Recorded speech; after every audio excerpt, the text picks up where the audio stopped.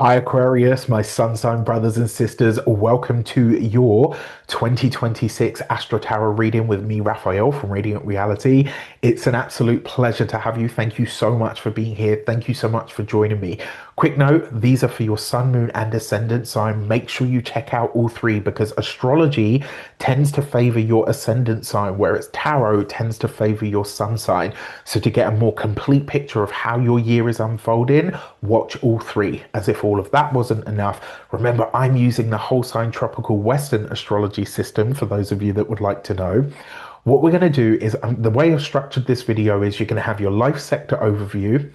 This is where we're going to be looking at your actions. We're going to be looking at your career. We're going to be delving into your love life, your spirituality. We're going to be exploring your finances as well. And then we're going to delve into your warnings, things that you need to be aware of for this year. Your lunation section that follows that is literally going to be an exploration of your new moon, looking at your full moon for the year. We're going to be looking at the eclipses and how those are likely to affect you. And this year, the eclipses, at least two of them, are in signs that are going to affect you in a big way. So make sure you check that out. Finally, we're going to be delving into your 12-month tarot breakdown. We're going to be going from January through December, month by month. So stay tuned for that as well. And if you are a continued subby, you know Rafi loves you. And if you're new to my channel, please don't forget to like, share, and if you should so choose, and this resonates, hit that subscribe button. Finally, if you want to get a personal session with me, you can do so on the links in the description. And don't forget to check out this year's flagship. It's the first one I've ever done of these. It's the first one. It's a bespoke service. The 2026 Compass is what I am calling intuitive strategy for the new era. 2026 is a universal 1 year. All bets are off. We're going in new directions. You're going to have to be pioneering in some way, shape, or form. So it's a good job that we are attuned to the future, right? If you want to build power and momentum in 2026 and you want to step in with absolute clarity on what you're going to build in a year that will permeate the next 9-10 years of your life, this is for you. There's a link in the description box below. Spaces are limited because there's only so many I'll be able to fit in. So Aquarius, stay tuned and let's get in to see what 2026 has in store for you. Hi Aquarius, my sun sign brothers and sisters, welcome to your 2026 life sector overview. So what we're going to be doing here is using just the major arcana cards to delve into a macrocosmic snapshot of each of these areas of life and what this year is likely to bring us. So with that said, we're going to get straight into it. Before we start, as always, I would like to bless my decks of cards with all forms of love, light, peace, prosperity, and abundance. And I pray that the messages that come through are ultimately clear and concise and they help us all on our paths to our highest vibrational good. So let's see what 2026 has in store for us. I am so excited about this. So excited about this. All right, so let's see. For our actions and options this year, we have the Wheel of Fortune. I will take that all day long, right? So one of the things that this suggests, my dear Aquarians, I don't know, a lot of you are going to be surprised about what I'm about to say, but this year it's almost like your actions this year, not only are you stepping into a greater sense of luck and abundance, but you're stepping into a greater sense of alignment. Let me explain. The Wheel of Fortune is often about being in the right place at the right time or allowing the universe to unfold things in the way that truly is the best for us, even if we can't see it at the time. This card also represents what we call a change of luck, right? It's a change in your luck. It's a change in the direction or the path that you're going in. And this also suggests that this year, and this is the part that you might be like, huh? This year, your actions are basically saying, universe, I trust you, and I'm going to let you take the wheel from here. Whatever you know to be right for me, whatever direction you want me to go in, whatever it is that you think is going to be best for me to get me to the things that I desire the most, I relinquish my control and I allow the universe to bring it directly to me. This is you working in a greater sense of alignment and getting out of the universe's way in order to bring you the things that you need, that you desire, and that you want. When it comes to the options that are available to you, well, the Wheel of Fortune is basically saying the doors are just going to open. I'm not going to sit here and say like it's going to be the best year of your life and it's all going to be sunshine and rainbows. What I am saying is there will be signs, there will be symbols, there will be synchronicities, there will be opportunities aplenty this year that are coming to you, that are coming at you, potentially from and through other people this year as well. Another thing that this is kind of saying to you as well is when it comes to the doors that open for you, it really is up to you, right? But if the fact that you're kind of getting out of your way and saying, you know what, universe, you lead me to wherever it is that you want me to be, whatever it is that you know to be right or good for me, and I will just show up there. This is effectively you kind of making a pact with the universe and the universe opening the right doors for you. So the things that open up, the things that come to you, the opportunities and the synchronicities, that is the message this year, right? When you think to yourself like, whoa, that just showed up for me, or wow, you know what, I asked for this thing and this person showed up. That is the universe in action this year, all right? Obviously use your discernment to make sure that it is the right one, but I gotta say, there are a lot of wonderful opportunities that are opening up for you this year. In terms of your... all right, now you're just showing off, Tarot. In terms of your career, funnily enough, this is the card. The Wheel of Fortune is one message because it's actually Jupiter. The Temperance card is truly about alignment. And so when it comes to your career this year, Aquarius, the message really is whatever is in alignment with where it is that you want to go, what it is that you desire to do, and more importantly, what you need, the universe is going to provide that. If it feels like alignment, then it probably is. That's the message this year. Another way that you could see this as well, because the Temperance card is about balancing out the equation and really tapping into or utilizing what really works for you. It's also about realizing that sometimes how we are aligned internally or energetically with what we want outside needs to be balanced, right? And so this is the message. Now, for those of you that are studying or in some form of so those of you that are studying or in some form of academia, this could be that this year you're finding a much more holistic or balanced approach to the studies that you're learning. If you're deciding to go back to school this year, I wouldn't be surprised to find out that a lot of you are going into nursing or therapy or counseling or coaching. I wouldn't be surprised if some of you are going into medicine. I wouldn't be surprised if some of you start working towards more things like the healthcare industry or even the holistic care industry as well. That would not be a surprise to me. For those of you that are employed by somebody else, this is about a work-life balance and truly finding a way to do and also to have it all. This is about you getting really honest and really serious about where you put too much time, effort and energy in, and more importantly, where it just doesn't provide you with the same things in return. Now, when it comes to opportunities, this is really saying to you, are you truly aligned with what it is that you're trying to create in your career? Because that may look like you needing to grow or to expand in some way. And as long as you are willing to do that, the opportunities to do so or the doors opening for that to happen for you are absolutely present. For those of you that are business owners, entrepreneurs, solopreneurs, people that work for themselves, this is the same kind of energy. It really is about a greater sense of alignment and a greater sense of peace. This year, the message for those of you that are business owners is when you've done enough or when you've done your bit, you have to step back and let the universe take over. Remember, this is what your pact is this year with the universe, right? To say, okay, you know what? I'm going to let you take it from here. So the message as a business owner is you show up, you do your bit, and then you get the hell out of the way while the universe takes what you've done, takes what you've created, and takes it where it needs to be in order for it to truly flourish and thrive. I've got that itchy nose thing that happens every so often. It usually starts around Scorpio. So like the last 4 or 5 signs, I always have this really itchy nose when I'm reading. It's usually a spirit thing, they say. Now, when it comes to those of you that are retired and no longer working, I think this is you really focusing on your healthcare this year, looking after your body, looking after your mind. This is a mind, body, spirit connection energy as well. So this might be where you're putting a lot of focus this year.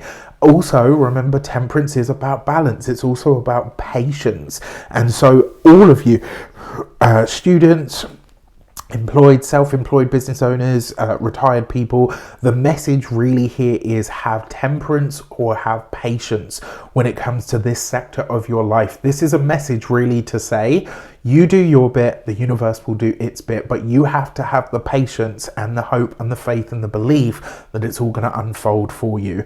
I know that's a message for me. For your love and relations, you've got the Strength card. For those of you that are single this year, you are going to be dating up a storm. This is a lot of fire, right? We've got the Wheel of Fortune, Jupiter. Got the Temperance card, Sagittarius. Got the Strength card, Leo. That's a lot of fire, right, in all of these sectors of life. And so when it comes to your love life this year, the Strength card is effectively saying, like, I think it was, it might have been, I can't remember whether it was Sagittarius or Capricorn that had this card, different deck, but this card in this position. And my message to them was, this year you've got to be a little bit reckless with your heart. And I don't mean go out there and get yourself hurt. What I'm saying is, like, where maybe before you only dated a certain type of person, where maybe before you, you know, not even just had a type, but, you know, you kind of, it has to be like this, it has to do that. Like this year, the universe is saying, no, no, no, no. Be willing and open to be reckless with your heart, to put yourself out there. This year, you've got to be open to dating and dating up a storm. If you are single, there are so many options here for you, especially once Jupiter moves into the sign of Leo, because that's going to be in your 7th house, right? So 7th house, partnership, relationship, there's going to be lots of options for this. The other thing with the Strength card is it's having the courage to be loved. It's having the courage to be vulnerable enough for somebody to get close to you. It's having the courage to be vulnerable enough to open your heart to somebody. It's not always easy for Aquarius people because we're so hyper independent. Well, this year you are being encouraged to let someone love on you just a little bit, and more importantly, to allow yourself to love on whoever you are connecting to. If you are partnered, married, or in a long-term commitment, this is having the courage to really dig into your relationship. It's having the courage to be honest about the state and the health of the relationship. It's having the courage to really admit how much time, effort, and energy you have to put into your relationship. How much of those things are you already doing, and how much are you willing to be honest with yourself about where you could probably give your partner more time, more effort, more energy, more love, more presence. This is really about being honest and open with the state and the health of your relationships in general this year, Aquarius, and being really honest about it when you feel like you found somebody. And I have to say, because it is the Strength card, maybe, just maybe this year, like if you're single, maybe you find your person, right? And this could be massive for you. I love this. You know, because I mean, if you're like me, I've been single for a long time at this point, and I am totally ready. It will happen when it will happen, right? But I'm ready. For those of you that are partnered, for a very small slice of you, not all of you, you'll know if I'm talking to you. Maybe this is the courage to admit that this relationship just isn't working anymore. All right, it's not for all of you. It'll be for a very, very slim few of you. For the most part, I think this is a very positive card to have here. For spirituality, you have the Magician card. I mean, to say that this year you're going to learn to be, you're going to learn what it means to be a master manifester, Aquarius, right? This is, you are in training in some way, shape or form.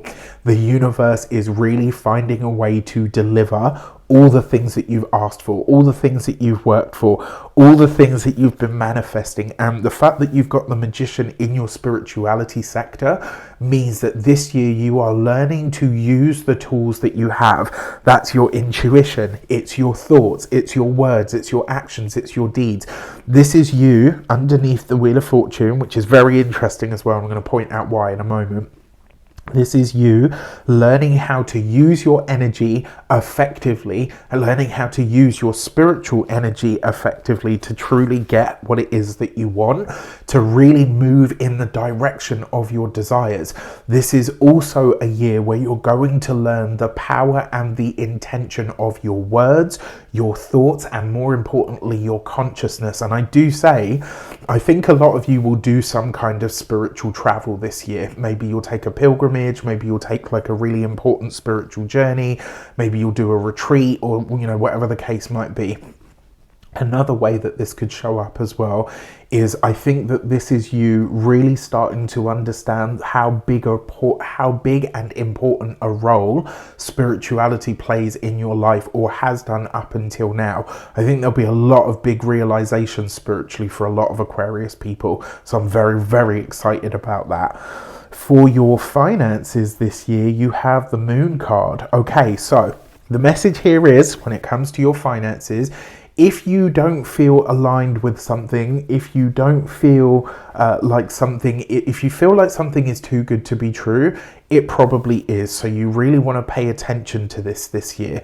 Another way that the Moon card could show up is past people, past connections, past interactions. Because the Moon card is the past, right? So people, situations, places, etc. from the past could come back into your world, and they're trying to show you that there's something about your past that needs to be resolved so that you can really move forward with your finances, with your money, with your materials. I will say, watch out this year for emotional spending. You got to keep a handle on it. Look, I'm going to be honest, I think there are so many good energies here that it's kind of like, my feeling is that the money's probably going to be flowing in. That Moon card is basically saying, if you don't stay on top of your emotions, the chances are that it could also be flowing out, because you're not making good financial decisions, because you're making emotional financial decisions. So do watch out for this. Another way that the Moon card could show up as well is when it comes to your intuition, and when it comes to what your intuition is saying is worth spending money and not. You have to trust that this year. If you've been with me long enough, you'll know I always say this: the only times I've ever truly got myself into any sort of hot water is when I've ignored my intuition. So when it comes to your finances this year, make sure you pay attention to them. Now, when it comes to your sorry, I'm putting that to the side because that little box drives me mad. Go away. Right. When it comes to your physical health and vitality this year, you really want to pay attention to your endocrine system, so specifically like your lymphatic system this year as well. So do things like lymphatic drainage. You've got this underneath the Temperance card. Any and all holistic treatments or things that can really support your health and vitality in that way are absolutely favored this year.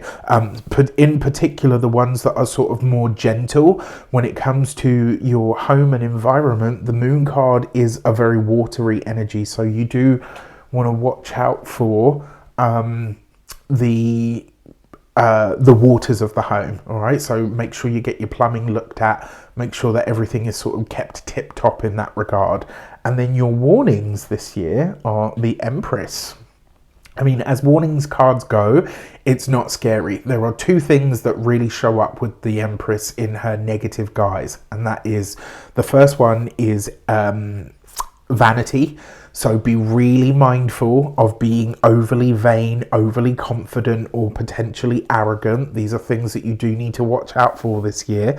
And also the other part is pleasure for its own sake, where it kind of goes too far and it almost kind of becomes greed.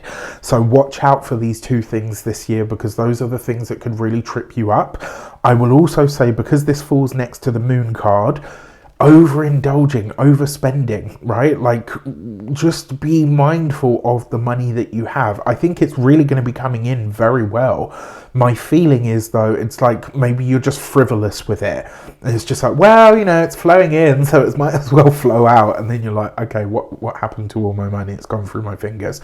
So you just want to be extra careful this year. The other thing is as well, if you are having any form of elective surgery, so plastic surgery, Botoxes, you know, all of that kind of stuff. Make sure you're doing it at the right time of the year. Speak to a good astrologer so that you can time this properly, so that the results are ones that you like, that you're good with.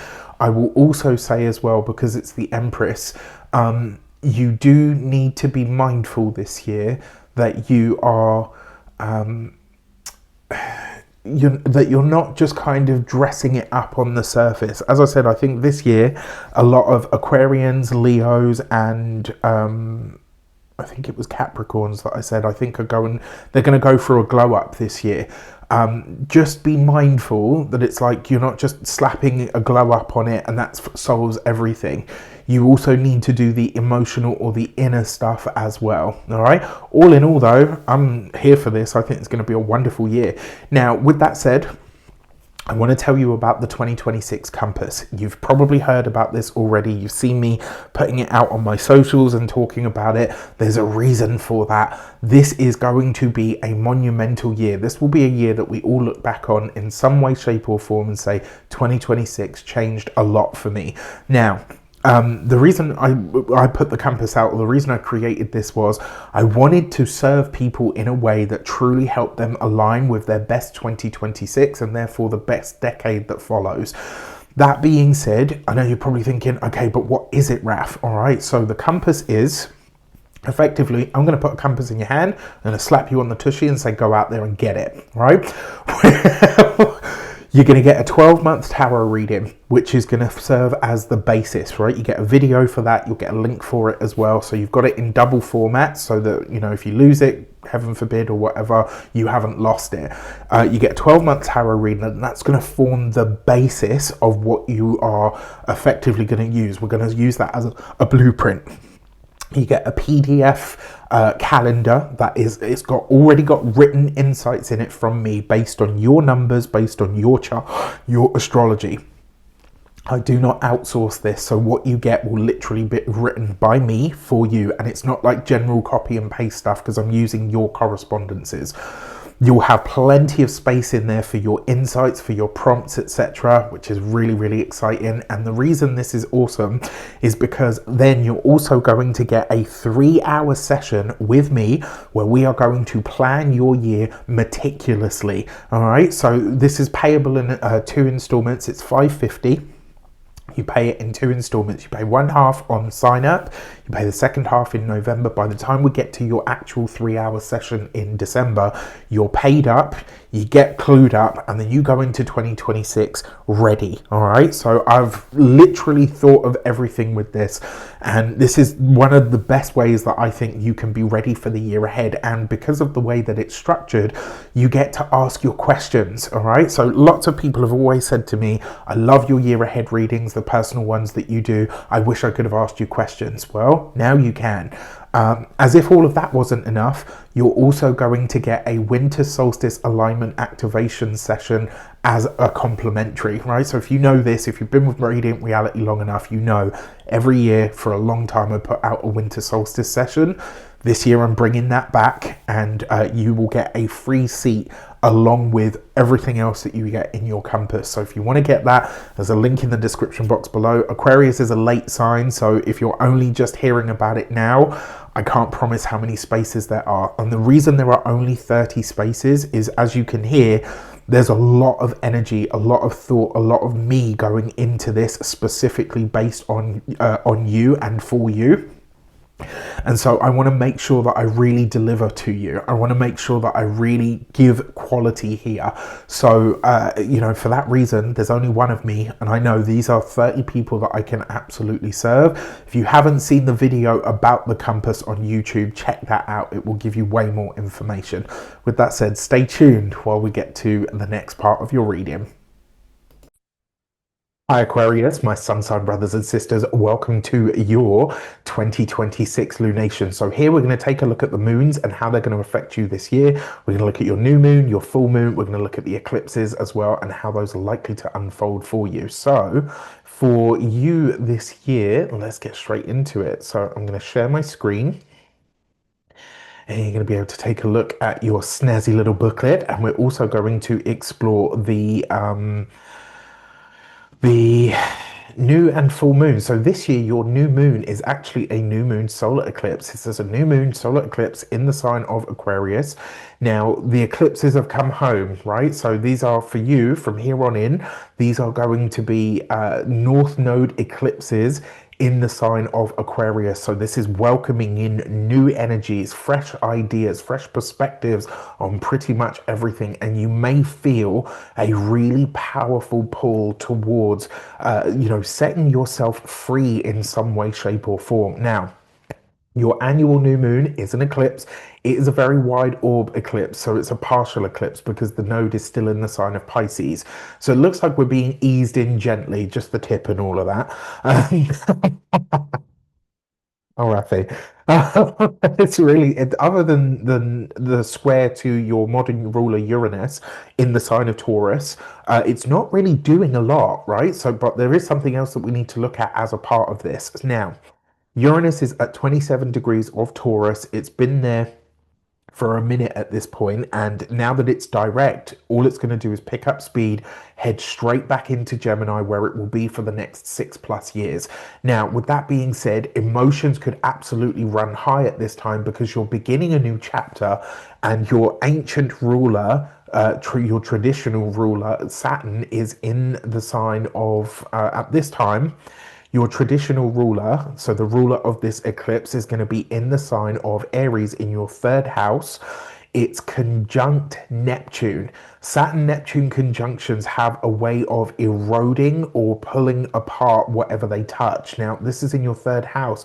How you communicate with the world, what you say, what you think, what you share with people, your siblings, your neighbors, your cousins, your local environment is all third house stuff. Now, the fact that you've got this taking place at the same time as this new moon solar eclipse being square to this energy of Uranus in Taurus in your fourth house, something about your emotional outlook is really starting to shift, and what you're communicating because of the changes that are taking place for you are really coming up trumps in some way. This is eroding and doing away with the old ways of being, the old ways of thinking, the old ways of communicating. And you might feel at this time that your voice in some way, shape, or form feels either muted or censored. And what this means is you're going to have to find new ways to communicate. You're going to have to find new ways to make noise, new ways to make a splash in some way, shape, or form. And I don't think that's the case, but I would be wary of shouting to be heard at this time,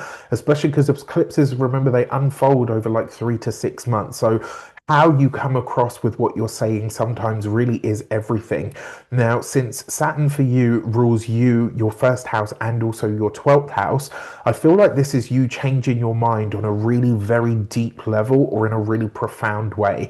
Challenges of the past, especially around your living situation, could come up at this time. That North Node in your second house of finances, money, and resources is potentially helping you really look at your self-worth. This might be a new era for all of those things, right? Venus in the conjunction to the North Node in that second house at this time.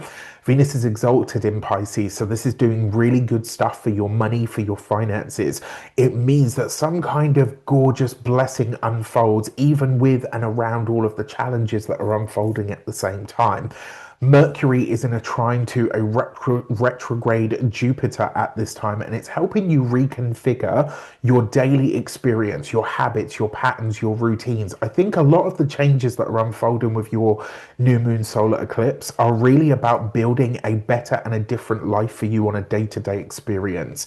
The square to that Uranus energy from the fourth house means that there is a deeply emotional element to this eclipse, because it's like you might realize that as a result of it, or around this time, what's unfolding is that someone in and around your family, your home, your property, or your living situation, something in that realm of your life has kind of come to a close, like in a well and truly over kind of way. It provides you with the grit that you need, though, to really make something really to make something very amazing, right? It also potentially gives you like a shocking sort of wake up to say like, wow, okay, you know what? I thought I knew my family members, but apparently I don't know everything. Maybe something around a family member is shared with you at this time, and it really maybe not throws you into turmoil, but it's like you could be like, wow, okay, I was not expecting that. Your full moon this year is not an eclipse, all right? It's too far away from the node. You can see here the moon is just off the back of a retrograde Pluto. The node is like 29 degrees. It's on July the 29th. That's my nana's birthday. God rest her. And it's at 6 degrees, right? So 6 degrees early of the sign, but that conjunction to Pluto is going to be giving this a very powerful feel. As if all of that wasn't enough, look what's happening. It's also that Jupiter and the moon are opposing, Jupiter is also opposing the moon and Pluto. This is a power struggle potentially brewing in relationships, so do watch out for that. Now, a full moon in your sign, it really is, and luckily this one isn't an eclipse because of that Pluto energy, right? It's no less powerful, I feel, to be honest with you. The moon is just off the back of that Pluto, a power marker, right? Wherever Pluto is, that's where the power is in the chart. Pluto is with you, so you have the power at this moment in time. It is opposing the sun, but it's also opposing that Jupiter. Usually we would talk about extraction and contraction and expansion and how you extract the goodness out of that, right? But I feel like this is straight up power games and challenges. I'm just going to be really honest with you. It could also represent a moment of growth, a moment of wealth, a moment of power that unfolds as a result of who you are connected to, who you know, and how you are connected to them. This is one of those times where it's not always about like what you know, but who. This moon is in a trine to Uranus in your fifth house of luck and chances. It's sextile to Neptune in your third house at this moment in time of communications and studies, and also opposing Jupiter. It's while it's not the most straightforward of moons, I have to say this one is pretty impressive. Not necessarily easy, but pretty impressive. Now, that being said, at this time, there is a T-square forming, right? You've got Pluto at the fourth degree of Aquarius. You've got these guys here, the Sun and Jupiter conjunct with each other. That's a Jupiter Cazimi. And these are in a wider square, but they're in a square with Chiron newly formed into your fourth house, right? So it could be a very emotional time for you. Now, it could also be worth keeping an eye on that Chiron energy because it's going to show you what you need to be aware of in your home, insecurities that come from the home, from the family, or within the family can now be dealt with at this time. If you're willing to take a holistic approach to life, meaning that you factor in how you feel about everything, not just how you kind of think about it, your life at home, who you live with, how you live there. Jupiter also rules rules two of your money houses, right? And so here it could feel like someone is holding all of the cards or maybe the keys to your prosperity. But I think this is about you controlling your emotions and building a strategy, right? I'm going to talk about strategy at the end of this video. One of the factors in what the future really looks like for you on your own terms. And I have to say, this full moon, as I say, I do think that it is a very impressive full moon. Jupiter, obviously, for you rules the second because it rules Pisces, and it also rules your 11th, which is the gains and the money that you get from your career or your business. So this could be very beneficial in some way. Not necessarily easy, and yes, it will come with some power struggles, but I do think it could produce some good stuff. Okay, the eclipses. So we've already talked about your new moon, so we're going to talk about the Virgo eclipse now. So this full moon lunar eclipse in your third house. On March the 3rd, you have a full moon lunar eclipse in your 8th house of other people's money, finances, resources, joint ventures, joint financial connections. Now, this is a true eclipse because, as you can see, the moon is at 12. The south node is at 8, so these are very tight to each other. This full moon lunar eclipse is sextile to Jupiter in your 6th house. We like this. And it's also, but we need to look at the moon's ruler, who is Mercury. Mercury's in Pisces, where it kind of struggles. It also is retrograde, so there could be a lot of miscommunications at this time. This is not, I repeat, not an ideal time to be signing financial paperwork. If you're making a big purchase at this time, double check the paperwork, double look, just look at everything twice. Now, it is an eclipse in the eighth house. It's a chance to release some kind of old karma and maybe even some kind of trauma. It really even opens up to Virgo's healing ability via the cleansing of your hurts and your wounds and your baggage. This is a really great time to be doing some kind of therapeutic process, because a full moon is a time of revealing. A full moon, coupled with the South Node, it's like whatever comes up can also be released. What I feel is really important here is that you allow yourself to get serious with what you're ready to let go of from your mind, from your heart, from your psyche, where it is that you could really do an internal detox of some sort. If you do the good, the hard work here at the time of this eclipse, remember they unfold over 3 to 6 months. I actually think that your annual full moon will be that much easier to work with. I think if you do the work around this eclipse, as you move towards that full moon later in the year, it's like you'll be ready for whatever unfolds, and whatever power struggles are taking place at that time later on in the year around your full moon, you're better equipped to be able to deal with whatever comes up, because you're clear on your own personal power. Mercury, the ruler of this moon, as I say, it's retrograde. It is in a wide orb trine to a Jupiter who is in his sign of exaltation. And obviously Jupiter rules that Mercury for you at this moment in time. So there is support. This will likely come around routines, habits, infrastructure that you've built for yourself is holding its weight, but also showing you what needs to be adapted so that you can continue to thrive in some way. Now, since it's an eighth house full moon lunar eclipse, it's speaking directly to intimacy, intensity, joint resources, chunky money. The eighth house is big money. It's mortgages, taxes, loans, debts, all of that kind of stuff. Could also see you releasing yourself from some kind of burden of other people that you're tied to. Money that you need is absolutely available to you, but whenever you want to take a loan, if Jupiter's retrograde, it always takes longer to pay back. So I will say just keep that as a consideration. Since it's very tight to the node, this is a true eclipse, right? And it will be felt deeply in some regard. The moon's sextile to that same Jupiter is providing a buffer. It really brings some kind of some kind of almost like some kind of energy to the forefront. Now, maybe even this is about helping you with knowledge, or potentially even resources, or a helpful person that's helping you with these things. So that could also be really positive for you as well. There's definitely a financial element to this eclipse. And since the sun, and there's so much energy in your second house at this moment in time, highlighting your own resources, paying attention to those things is going to be really, really important. Now, what are you willing to release, right?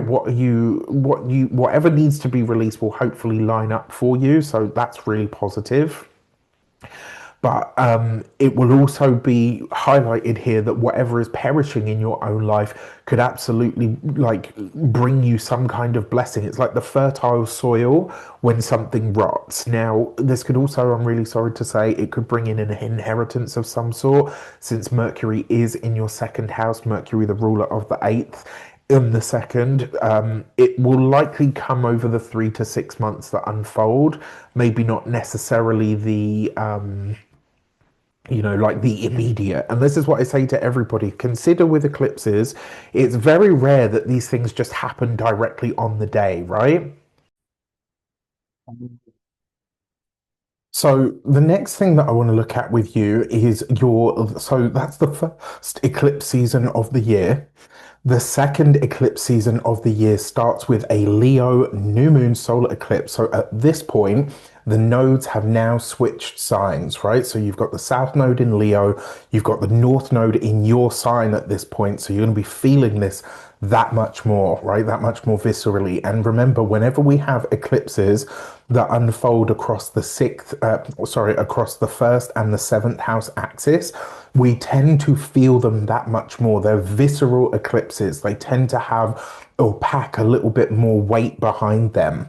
Now, another way that this certainly the way that this shapes up for you, it's a seventh house eclipse, right? So seventh house is your relationships, and in and this is relationships in general. So personal, professional, platonic, familial, partnerships of all kinds, right, are really being highlighted here for you. Now, these are really about connections that are needing to be examined in some way. New ones are likely to come in because it is a new moon solar eclipse, so it's bringing stuff in, but it's also on the south node. So there could be a lot of comings and goings of new people, old people in your life at this time, meeting new people, connecting to others in bigger and better ways.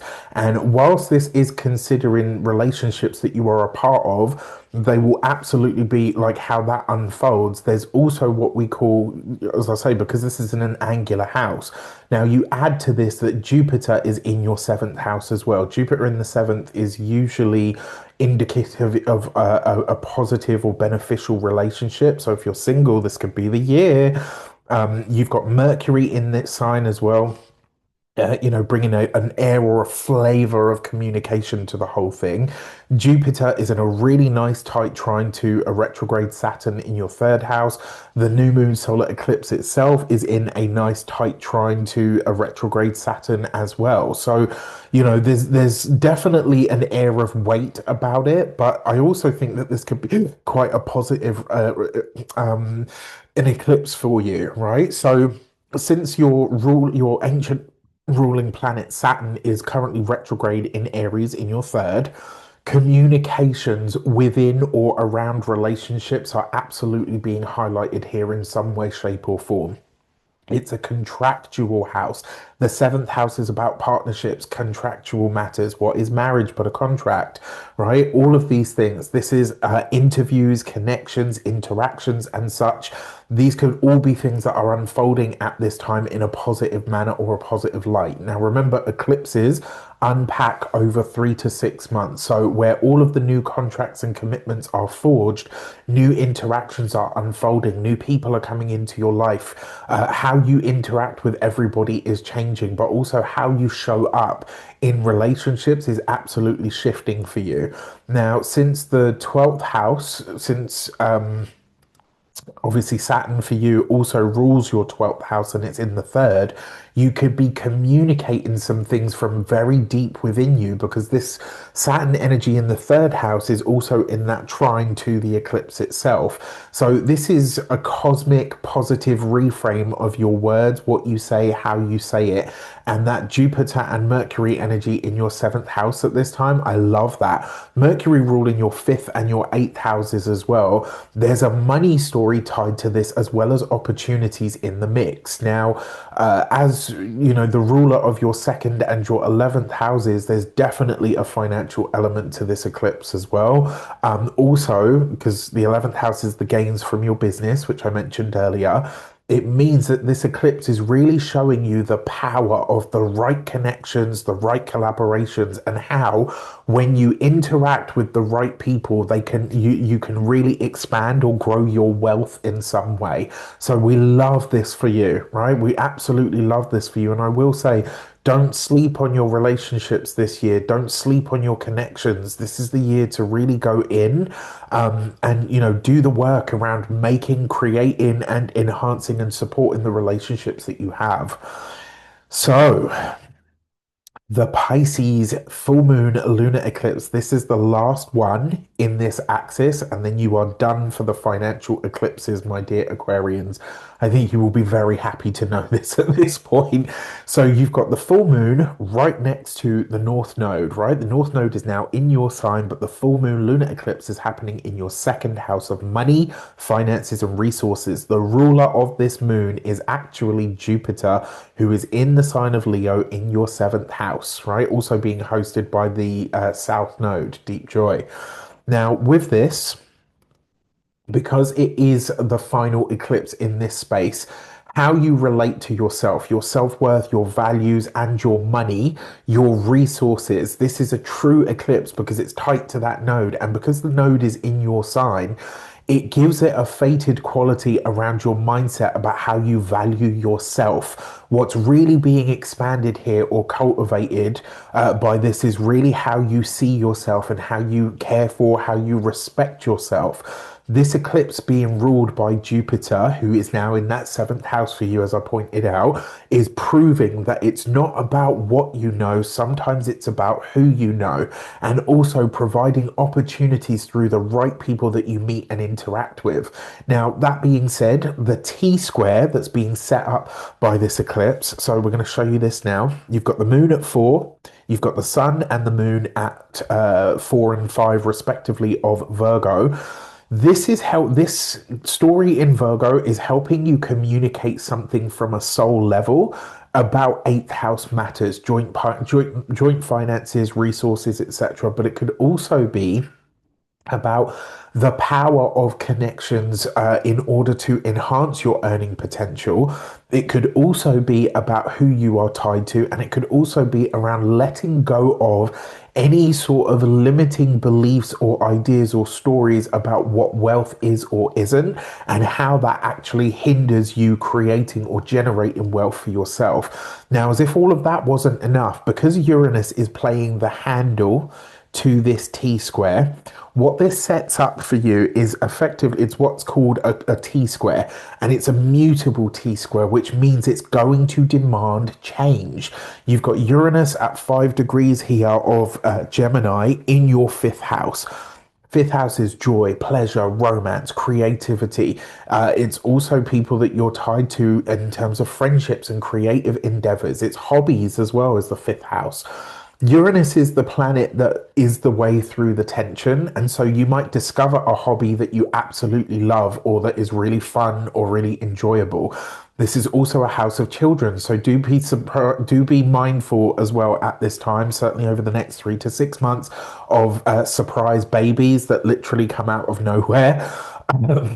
It's a possibility, right? It's Uranus in the fifth, so I would not be surprised. Or it could be that you're utilizing technology in order to bring children into your world. Now, Uranus moving through your fifth is asking you for new ways to play, new ways to enjoy yourself, new ways to learn as well. Being in Gemini, Gemini is a learning sign. It's asking you to consume new knowledge, to find new ways of inputting new information and new data into your life. And I would also say as well, this is a great time to be spending with new people. The younger, the better. It's Gemini energy, it's Uranus energy. Both of those are young people energies, right? So surround yourself with people that are young, people that are revolutionary, people that are different. And because this is the fifth houses of the fifth house is the house of children, if you have children, especially if I mean, they'll always be younger than you, obviously, but especially if they're young children, spending more time with them could really teach you a lot about how maybe you've got yourself into some ruts and you need to break out of those. This is you trying to find a new way to express who you are, as opposed to how people know you or view you from the past. You're breaking from the past and you're stepping into the new. The Sun and Mercury in that eighth house, this is you speaking, as I say, from that deep, communicating from some of the depths of your soul. And quite literally the case, because it's the eighth house, right? There is a financial element to this, and you're paving the way to really expand your resources and also your self-reliance. But interestingly enough, it's all been building towards you getting and gaining new connections and maybe even new love in some way, shape, or form. Not only is this new love about, from the external, but this is also about how you view yourself. The eclipse is in the second. What you value, why you value it, your money, your finances, your resources, your self-worth and self-esteem. But the node, the north node, I might add, so the expansion point is in your sign. So the thing that needs to be expanded in order to expand your wealth is you. How you see yourself, how you present yourself, how you share yourself, what you share about yourself is all shifting. Since Mercury for you rules your fifth and your eighth houses, the energy is giving you considerations about monetary gains, financial connections and commitments, and Jupiter, the ruler of this moon, in Leo, in your seventh house, again, partnerships and relationships that speak loudly, along with helping you generate a passive income of some sort, or maybe even creating financial security for your future. This is a big eclipse, this final one of the year, and I think it will be welcome for a lot of you. I'm really intrigued to see how it's going to play out. With that said, I would like to tell you about the compass, right? What is it? Well, 2026, Universal Year 1 in numerology, is going to require different and new everything. So this year, I bought you the 2026 compass. Every year, I release a certain amount of slots of personal year ahead readings, right? You guys love them. The feedback is always wonderful. I'm so grateful for that. This year, I wanted to take this further because I knew that it's just not going to cut it. It's not going to be enough just to tell people what's unfolding. So, what I'm going to say to you is this. The compass is a strategy. It's not just a reading. You're going to get a 12-month tarot reading where you're going to see each month what's unfolding for you. As if all of that wasn't enough, you're going to get a PDF booklet. You know, Rafi loves a PDF that you can print out. It's going to have not handwritten, but it's going to have handwritten notes specifically on your chart, specifically on your numbers, written in there by me. And the whole rest of the space is so that you can take notes while we have your 3-hour session where we are going to build your strategy for the year ahead. I'm calling this intuitive strategy for a new era, right? And I'm so excited about this. I worked really hard on it. I called the people that would be drawn into this months before, and I mean months, right? Not 1 or 2 months. I mean like months before we even started. So as now on top of that, if you remember the winter solstice, this year I will be hosting the winter solstice again. You get a free complimentary invite to that as well. So on top of that, trust me, I've thrown everything but the sink in this one. You get a payment plan. Your first payment is made on sign up, and then in November, you'll make your second payment. By the time we get to December, you're already paid up, right? You won't have any worries or about this financial or any financial stress from this.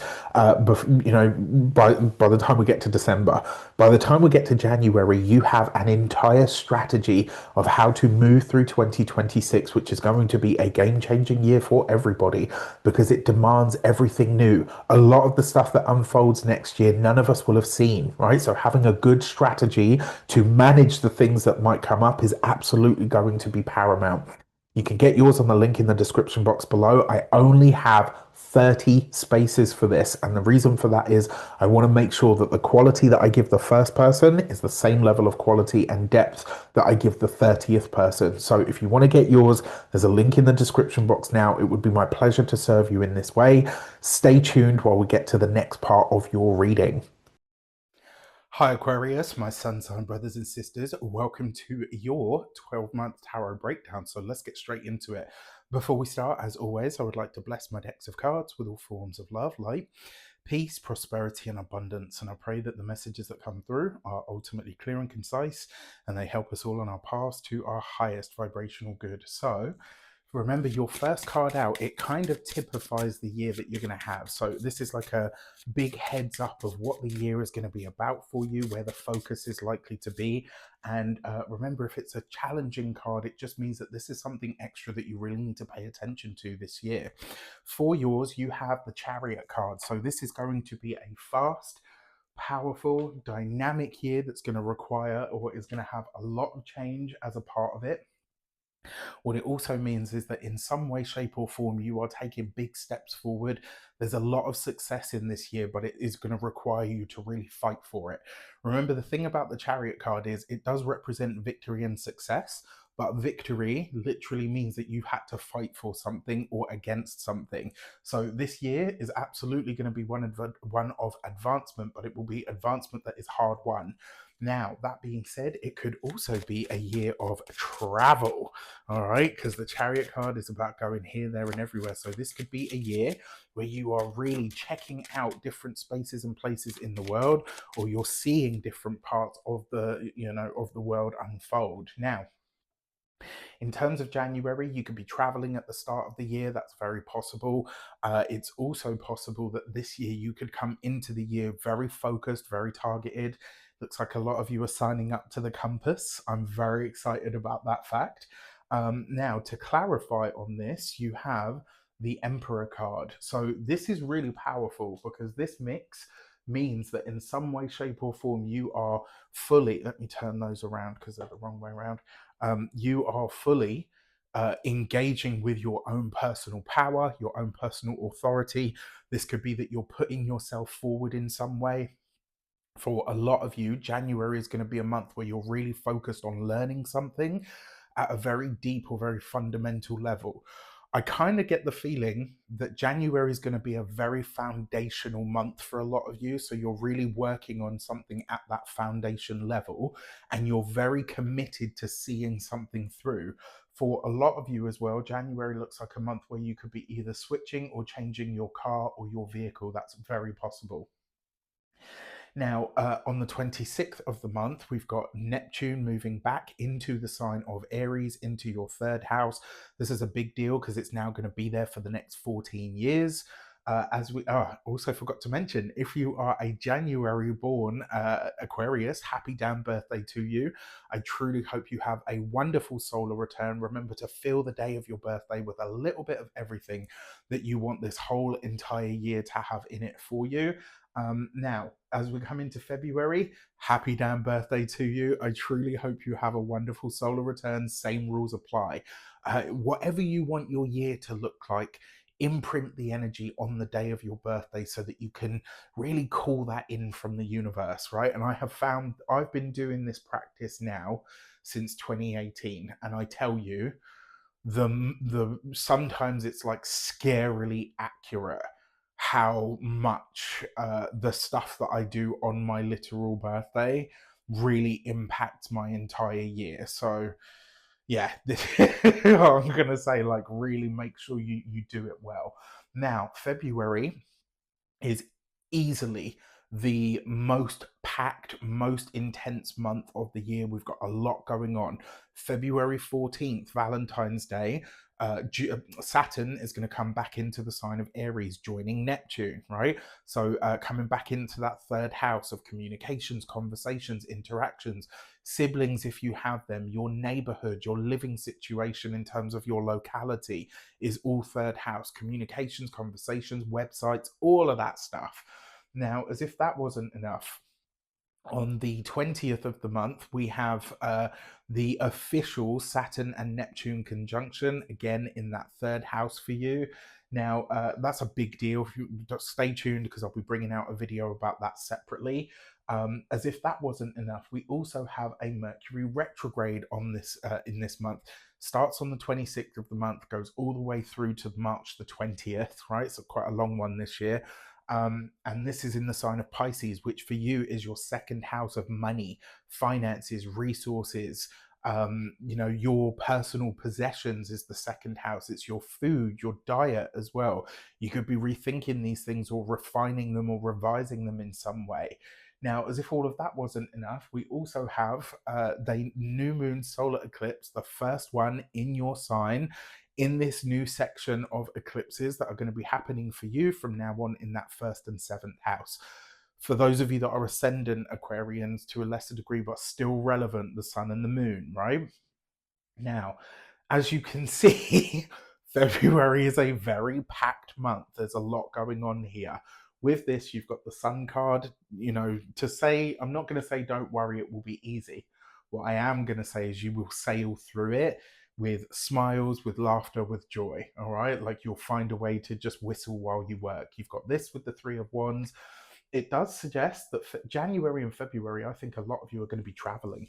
I think a lot of you will be taking some time out. The Three of Wands is a very lucky energy. It's an expansive energy. So with everything that's going on in February, I think this could, and what's really funny as well is in February, there's going to be a massive array of planetary energy in the sign of Aquarius. So this is a concentrated point, which means in some way you are thinking outside the box and you are amplifying your mind. I think this is going to be a very, very busy month for you. And as the Chariot card said, I think this is going to be a very busy, very dynamic year. I love February. I actually think with these cards, it has the potential to really be a power month for you. In fact, I'm calling it one, right?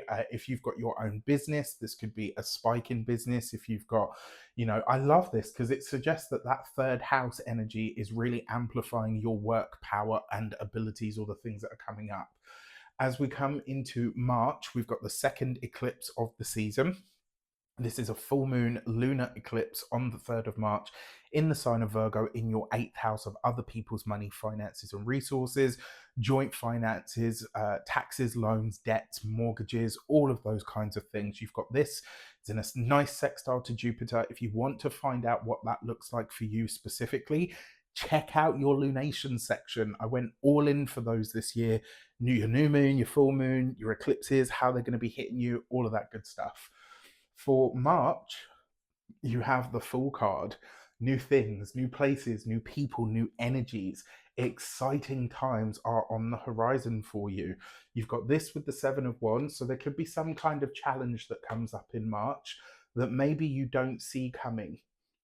It could be a little bit more intense than you like your intensity, so do watch out for that. I will say that whatever problems or issues arise, especially around disputes, etc., you have the moral high ground, all right? So just trust that whatever it is, you'll find an easy enough way through it. As we come into April, on the 26th of the month, we've got Uranus moving back into the sign of Gemini. This for you represents your 5th house of joy, pleasure, creativity, romance. Right? It's going to be there now for the next 6 years. It's not going to flip flop between the signs anymore. It's out of Taurus, back into Gemini. It's going to be staying there. That 5th house is also your self expression, your creativity. It's also, if you've got children, the 5th house is your children. So they could be presenting you with some weird and wonderful. And I always say, like, what's really funny is, like, most kids are like, most parents are like, oh, my child is so weird. Whereas Aquarius is like, wears that as a badge of honor. They're like, my kid's so weird, right? Isn't it cool? And everyone's like, huh? And it's because Aquarius is like the alien of the zodiac. So we love those people that have got the freak flag. We fly our own, very loud, very proud. We are totally, off the cuff and zany, certainly us Uranian February born Aquarians. If you know, you know. The January ones tend to be a bit more Saturnian. But yeah, if you've got children, they could be presenting you with some really surprising energy. Remember, Uranus is rebellion. It's Aquarius energy, right? Uranus is the modern ruler of Aquarius. So there's that weird and wonderful, wacky, zany, surprise, kind of rebellious, revolutionary type energy about it. And in that 5th house, you could find a brand new sense of style. You could break with a tradition of some sort. I love this for you anyway. Now, for April, you have the World card. So this is something coming full cycle. This is a moment where you're taking a big step forward or a big leap upward in some way. This could be a promotion if you work for someone else. This could be a landmark moment in your business. The 5th house is also, I forgot to mention, your personal business if you've got one. It's also a very lucky house and a speculative house. You've got this with the 9 of Cups. Love this, right? So there's lots of healing, right?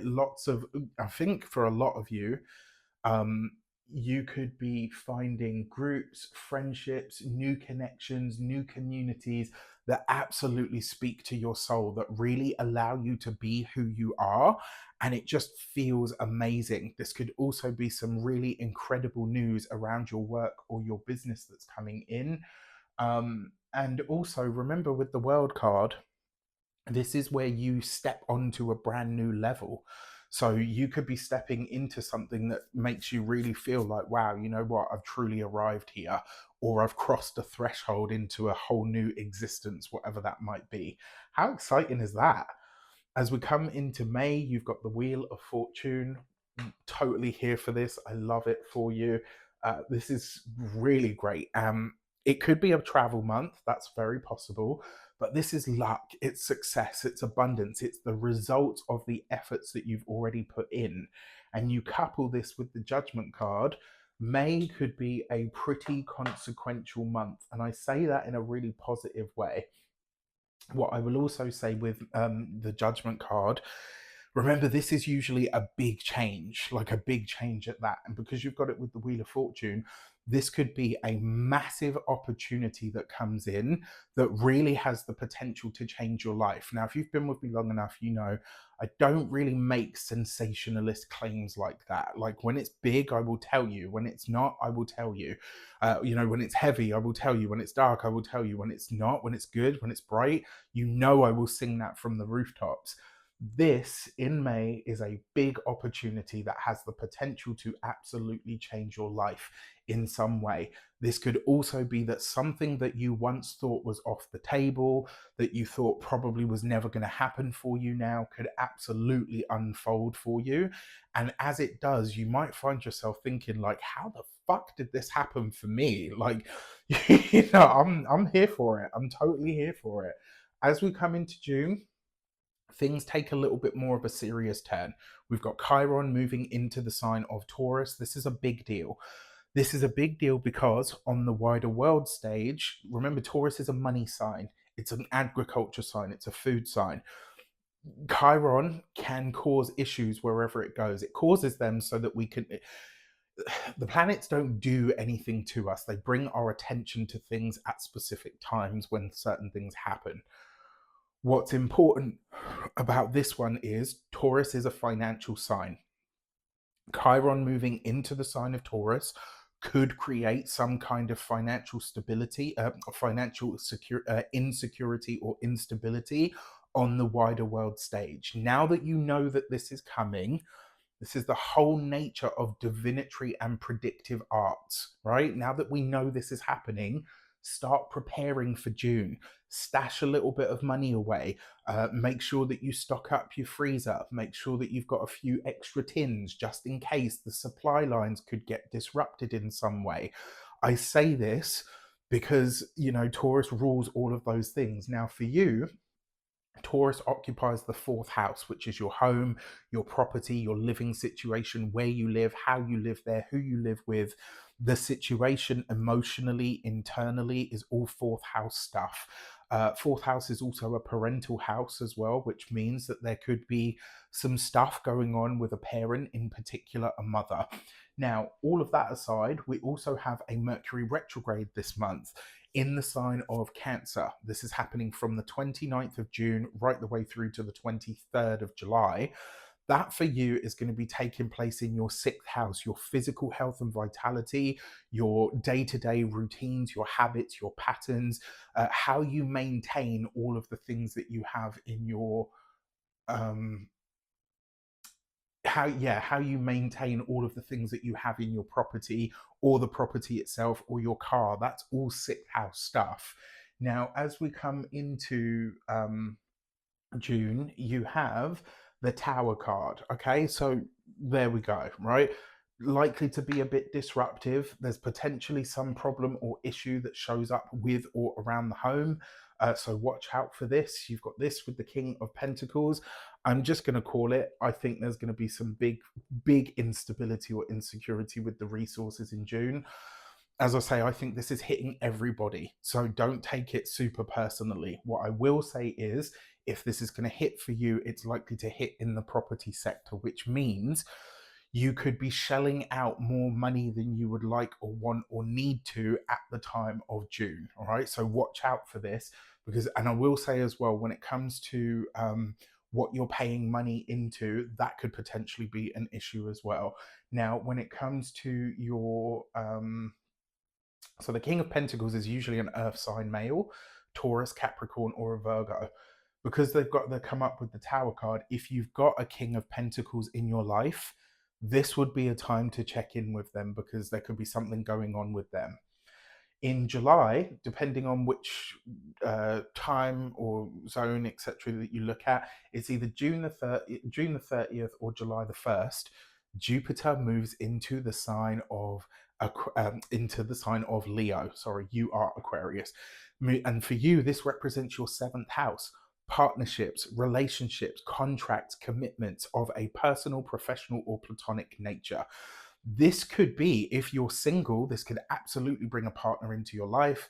If you I'm not going into massive detail with the astrology this year. If you want to book a personal astrology with session with me to find out how this is going to speak to you, you can do so on the link in the description box below. But yeah, Jupiter in the seventh, help, support, lightness, abundance even comes to you through other people, through your connections to other people, through contracts with other people. This is not a year for you to go it alone, Aquarius.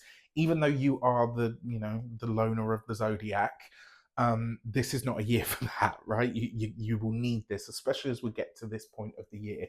Now, as if that wasn't enough, we've got the nodal shift this month on the 18th of July. The South Node is going to move into the sign of Leo, so into that seventh house for you, breaking the karma of your old relationships. The North Node is going to move into the sign of Aquarius, which is going to help amplify you and your presence to make you a bit more visible. On the 29th of July, interestingly enough, which is my dearly departed Nana's birthday, we have the annual full moon in the sign of Aquarius. This is your astral spotlight. If there's something you want to launch, something that you want to share with the world, this is a good moment to do it because you are that much more visible. For this, you have the High Priestess. So something is coming to light. Hidden things will be revealed. And you've got this with the Ace of Wands. I am going to say, if you are of childbearing age, be careful in the month of July because this could be a secret pregnancy. If you're single and looking to mingle, it's obviously nobody else's business. If you are partnered, married, or in a long-term commitment, this could be some kind of secret that comes to light within the relationship. I actually feel like if you are partnered, this could be, sorry, I got itchy nose. This could be that your partner comes to you and says, look, I want to open up our relationship. Or maybe you've got an open relationship and your partner says, actually, I want us to be exclusive. Whatever it is, it's going to be somewhat of a change from what is normal to you, normal. And you might kind of take a moment to be like, oh, okay, so this is how we're going to proceed or how we're going to move forward. As we come into August, we have the second eclipse season of the year. We've got on the 12th of the month, we've got the new moon solar eclipse in the sign of Aquarius, in the sign of Leo in your seventh house. And then we've got on the 28th of the month, the final full moon lunar eclipse in the sign of Pisces, which for you is your second house of money, finances, and resources. This one's actually nicely supported by its ruler and Mercury. So it will be interesting to see how this plays out. But with that said, there's a fair amount of retrograde energy going on with it as well. So we will see how it unfolds. For this, you've got the moon card. Makes sense. It's eclipse season, right? To clarify, you've got the Two of Pentacles. Two things when it comes to August: make sure you have your budget tight. I want you to really look at your finances, pay attention to the money, pay attention to the resources, be very clear on what is and is not possible, and make sure that you have really allocated and budgeted your money very well. The other thing that I want to say to you here as well is obviously with that final eclipse in the sign of Pisces, that's your financial eclipses done for the next 8-9 years, so you can breathe a sigh of relief. You'll still have unfoldments from this one, but from here on in, it's a whole new ball game. Finally, the other thing that I want to say to you here is whatever information you're getting in August, whether it is official, whether it is not official, whatever the case might be, I want you to be very selective about the information that you take in, and I want you to be really diligent with it as well. And I want you to get a second opinion on everything. All right. Do not take anything at face value or for granted. Now, I want to tell you about the compass. This year, 2026, universal 1 year, I knew we were going to have to do everything differently. So I asked, what do you want me to do this year? You're meant to be of more service. Okay, so I thought I'm going to open these up. Usually, as you know, these are behind a paywall. I put them out there for everybody this year so that I could serve that many more people. On top of that, I created the compass.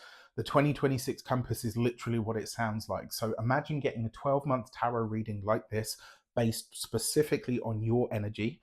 You're also going to get a printable PDF calendar.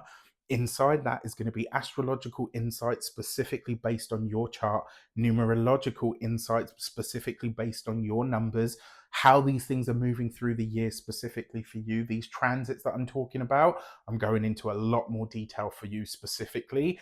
As if that wasn't enough, you also in December then get a 3-hour session with me where we're going to sit down, we're going to use your astrology, your numerology, and your tarot reading to plan your year meticulously so that you can move through this year sure and clear with an absolutely incredible plan.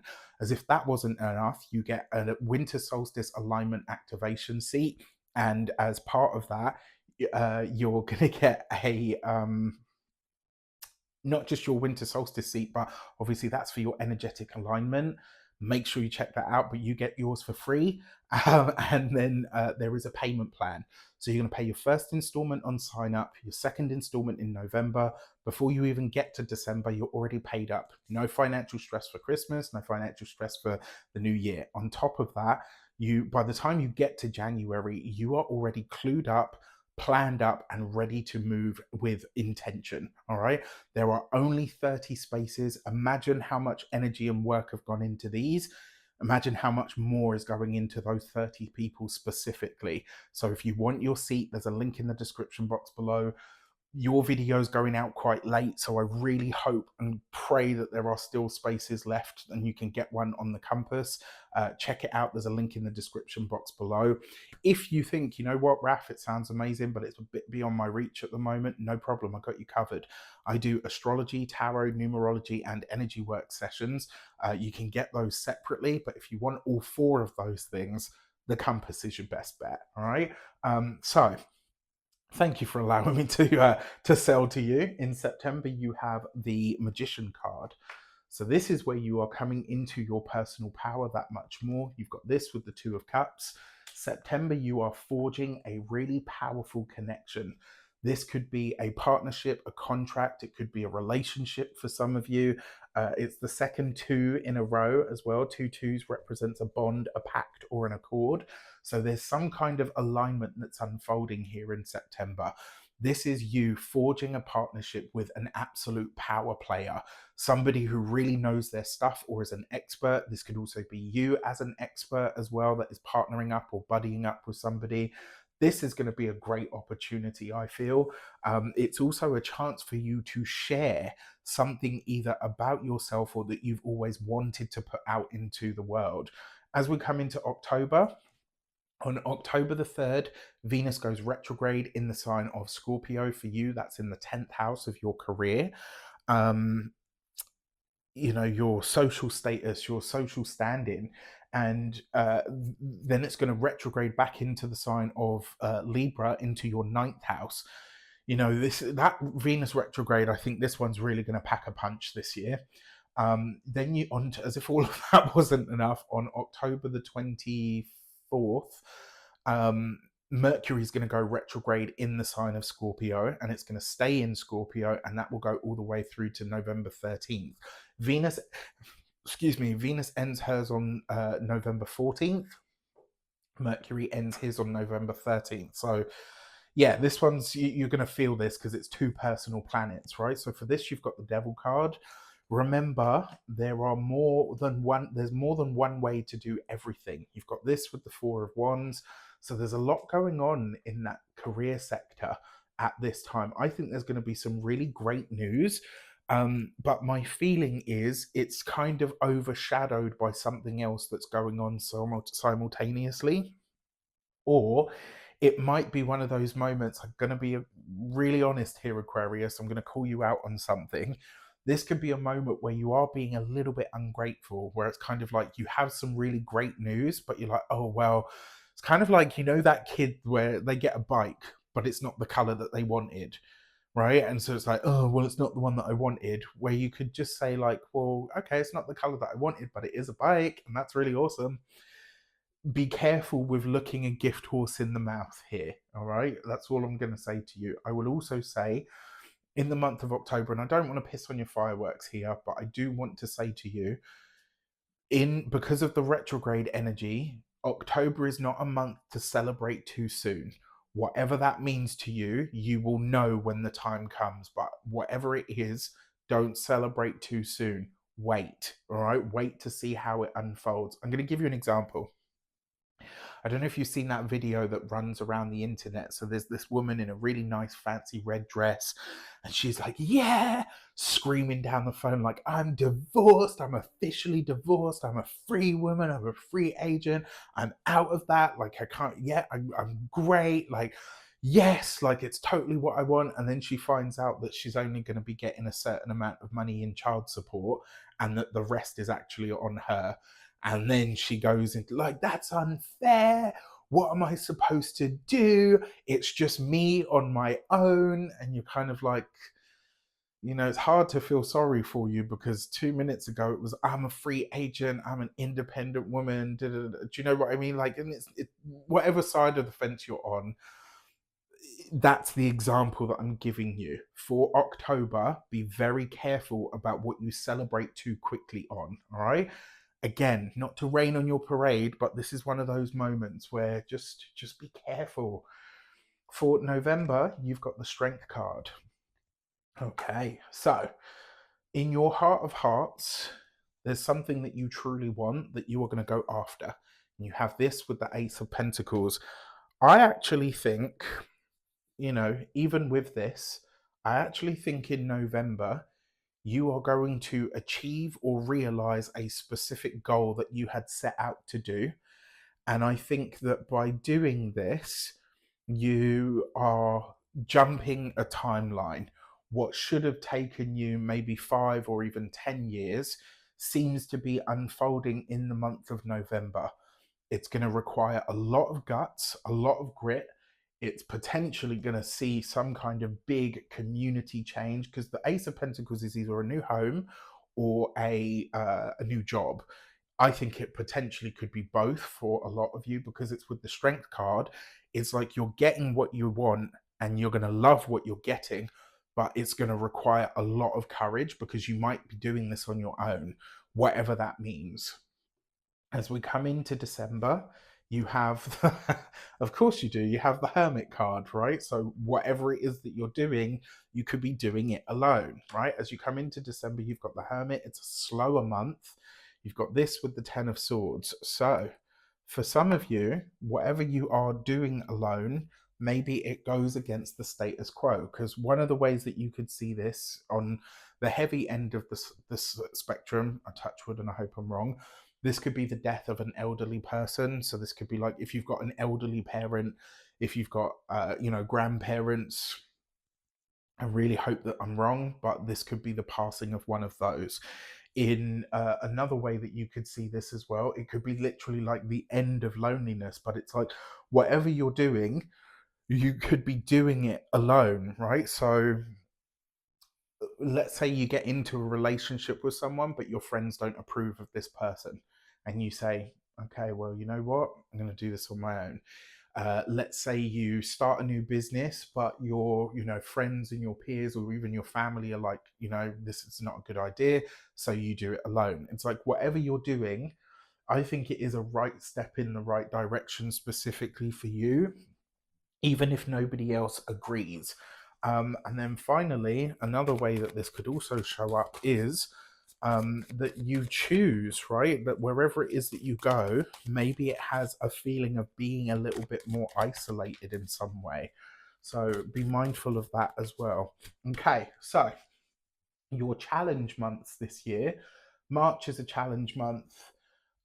June is a challenge month, absolutely. I think August is a challenge month. It has the potential to be, for sure. October, I think, will be a challenge month if you don't get out of your own way. December will be a challenge month, right? Your power months, however, January, February, April, May, I absolutely love. I really like September, and I actually really like November as well. This November energy for me, it kind of feels like if you have the heart and the courage to go for something, whether you have the support of others or not, it will be one of the best things you ever do for your life. Your human design oracle deck message is the gate 30 and holding. And the message behind this is whatever that highest goal, aspiration, vision, or dream is, you must hold on to it the same way that an eagle holds on to its prey. And if you know anything about eagles, they don't play, right? Okay, they really don't. The other thing about this is whatever that big goal or big dream is, that's the thing that you need to be going for this year. This is not a year to think small or to aim small. It's a year for you to really go for it, right? Go for the biggie. So, with that said, whether it's every month, every 3 months, every 6 months, I love that you guys come back to these over the course of the year. It's really endearing to read your comments and say, like, this showed up for me like this, or, this is how it played out for me. I love that this work is serving people beyond times where I'm even thinking about it, right? I put this initial energy out there and I love to see your comments. It really does warm my heart. So thank you for that. And I love you all for it. With that said, if you want to get your personal reading with me, you can do so on the link in the description box below. And if that wasn't enough, make sure you check out the compass. There's only 30 spaces at this point. As I say, I'm not sure how many are left, so there's a link in the description box below. Make sure you check that out. With that said, I wish you an abundance of all of that good stuff. Have a fantastic year ahead. Take care, and I'll speak to you soon.